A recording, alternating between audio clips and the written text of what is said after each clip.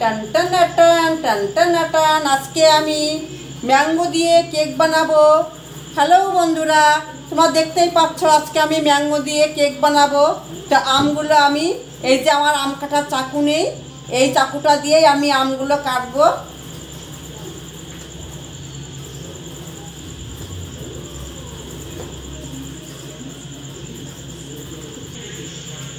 এটা হচ্ছে আমরুপালি, একটু টক মিষ্টি আম আছে। তো আমি এখানে দুটো আম কেটে নিয়েছি কেক করার জন্য।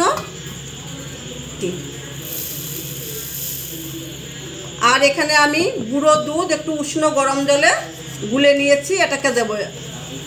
তো এই তিনটে জিনিস আমি পেস্ট করে নেব ভালো করে।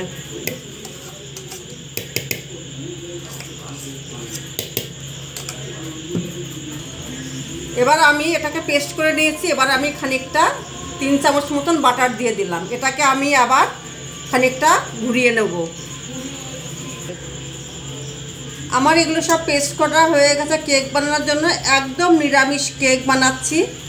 তো হচ্ছে গা কেক বানানোর সময় সব জিনিস যদি পরিমাণ মতন ঠিক করে দেওয়া হয় তো কেক খুব সুন্দর হয়। তো এই পরিমাণে আমি এর মধ্যে আমি 1 থেকে 1.5 কাপ ময়দা দিয়ে দেবো। 1 থেকে 1.5 কাপ আমি এর মধ্যে ময়দা মেশাবো।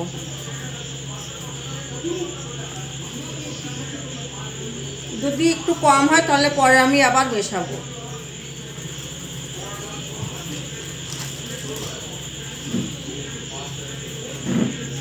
স্বাদ মতন একটু লবণ দিয়ে দিলাম, কেননা টক মিষ্টি আম তো। এবার আমি এখানে দেবো বেকিং সোডা। 1/2 চামচ আমি বেকিং সোডা দিয়ে দিলাম। আর দেবো এখানে বেকিং পাউডার।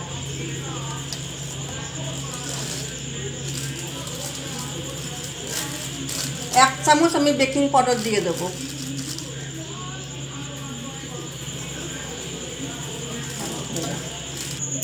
আমি এটাকে ভালো করে আমি ম্যারিনেট করে নেব, যাতে গোলাটা ঠিকঠাক গোলাটা যাতে আমি গুলতে পারি। কেক বানানোর সময় সব কিছু পরিমাণ করে দিলে পরে কেকটা খুব সুন্দর হয়।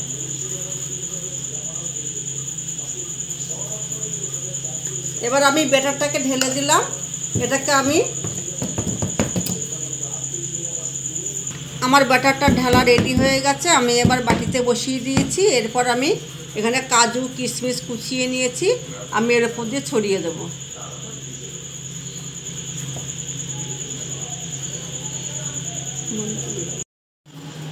তো কড়াইটা আমার গরম হয়ে গেছে। আমি এবার কেকের বাটিটা বসিয়ে দেবো।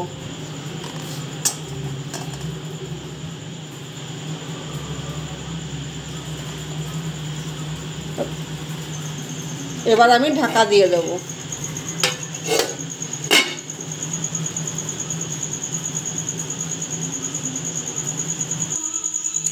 আমার কেকটা বানানো হয়ে গেছে। আমি এবার ঢাকনাটা খুলে দেব।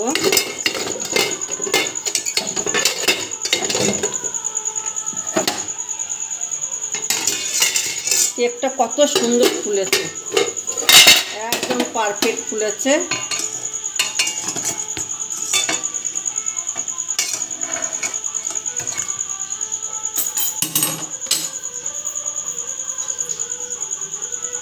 আমি দেখছি এটা দিয়ে কেকটা হয়েছে কি না। দেখুন একটুও লেগে নেই।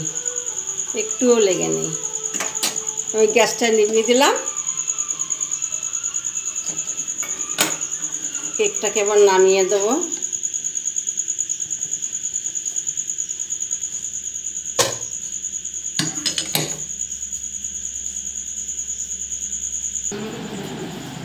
তো বন্ধুরা দেখতেই পাচ্ছ আমার কেকটা কত সুন্দর সফট হয়েছে, ম্যাঙ্গো কেক।